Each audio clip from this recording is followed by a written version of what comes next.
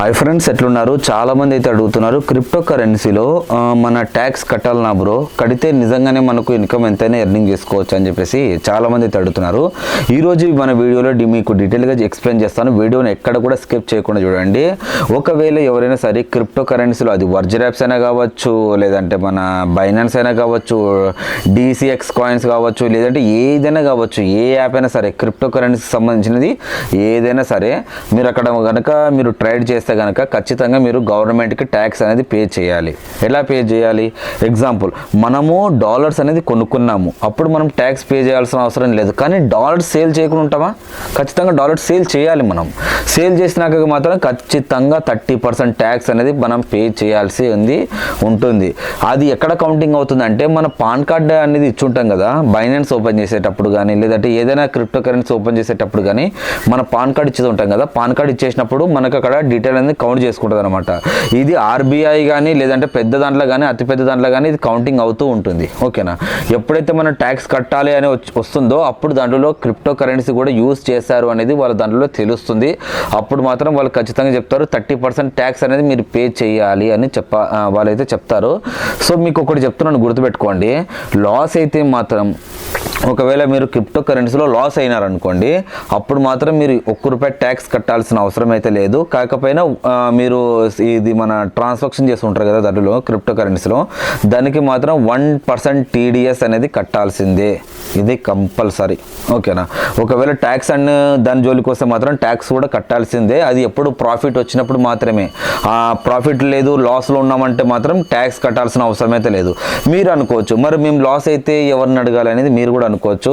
ఎవ్వరు ఇయ్యరు, గవర్నమెంట్ కూడా ఇయ్యదు, ఎవ్వరు ₹1 ఇయ్యరు. సో నిజం చెప్తున్నాను, ఫస్ట్ అయితే మనకు ప్రాఫిట్ వస్తే మాత్రం దాంట్లో 30% అయితే కట్ చేసుకుంటారు. ఒకవేళ లాస్ వస్తే మాత్రం ఎవ్వరు ₹1 ఇవ్వరు. అందులో మళ్ళీ ట్యాక్స్ అనేది ఉండదు. కాకపోయినా మనము ట్రేడ్ చేస్తుంటాం కాబట్టి దానికి 1% TDS అయితే కట్ అవుతుంది. సో ఇది నిజం.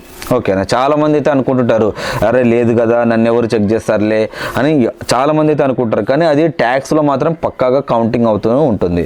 ఎందుకంటే ఇప్పుడు చాలామంది అయితే ట్రేడ్ యూజ్ చేస్తున్నారు. కాకపోయినా కొంతమంది అనుకుంటున్నారు, అసలు మాకు ₹1 కూడా ట్యాక్స్ పడదులే, మేము కట్టుకోంలే, మాకు అవసరం లేదులే అని చాలామంది అయితే అనుకుంటారు. కానీ అది ఎప్పుడైనా ప్రాబ్లం అయితే రావచ్చు. సో జాగ్రత్తగా అయితే ఉండండి. ఎవరైతే క్రిప్టో కరెన్సీ యూజ్ చేస్తున్నారో ఈ వీడియో వాళ్ళకి షేర్ చేయండి. చాలామంది అయితే ఇదే క్వశ్చన్స్ అయితే వేస్తున్నారు కాబట్టి నేను మీకు చెప్పాల్సింది వచ్చింది కాబట్టి చెప్తున్నాను.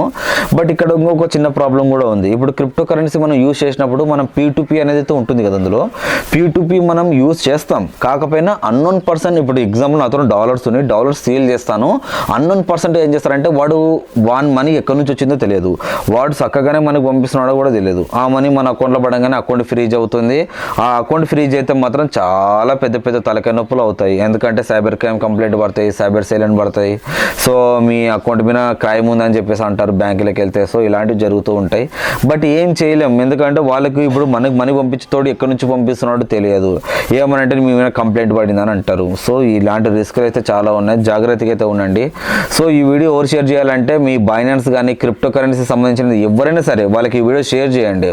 అంటే మనము లీగల్గా వెళ్తే కానీ మనకు నో ప్రాబ్లం. మనం లీగల్గా వెళ్ళినా కూడా మన అకౌంట్ సైబర్ క్రైమ్ కంప్లైంట్ పడింది అనుకోండి, మనము పోలీసు వాళ్ళకి అడిగిపోతే కూడా వాళ్ళు మన మాట వినరు. ఎందుకంటే వాళ్ళ మైండ్ సెట్. మనం చెప్పినా కూడా వినే సిచ్యువేషన్లో ఉండరు. మనం ఏదో ఖచ్చితంగా క్రైమ్ చేశామని అనుకుంటారు వాళ్ళు, అంటే ఆ సిచ్యువేషన్లో పడిపోతారు.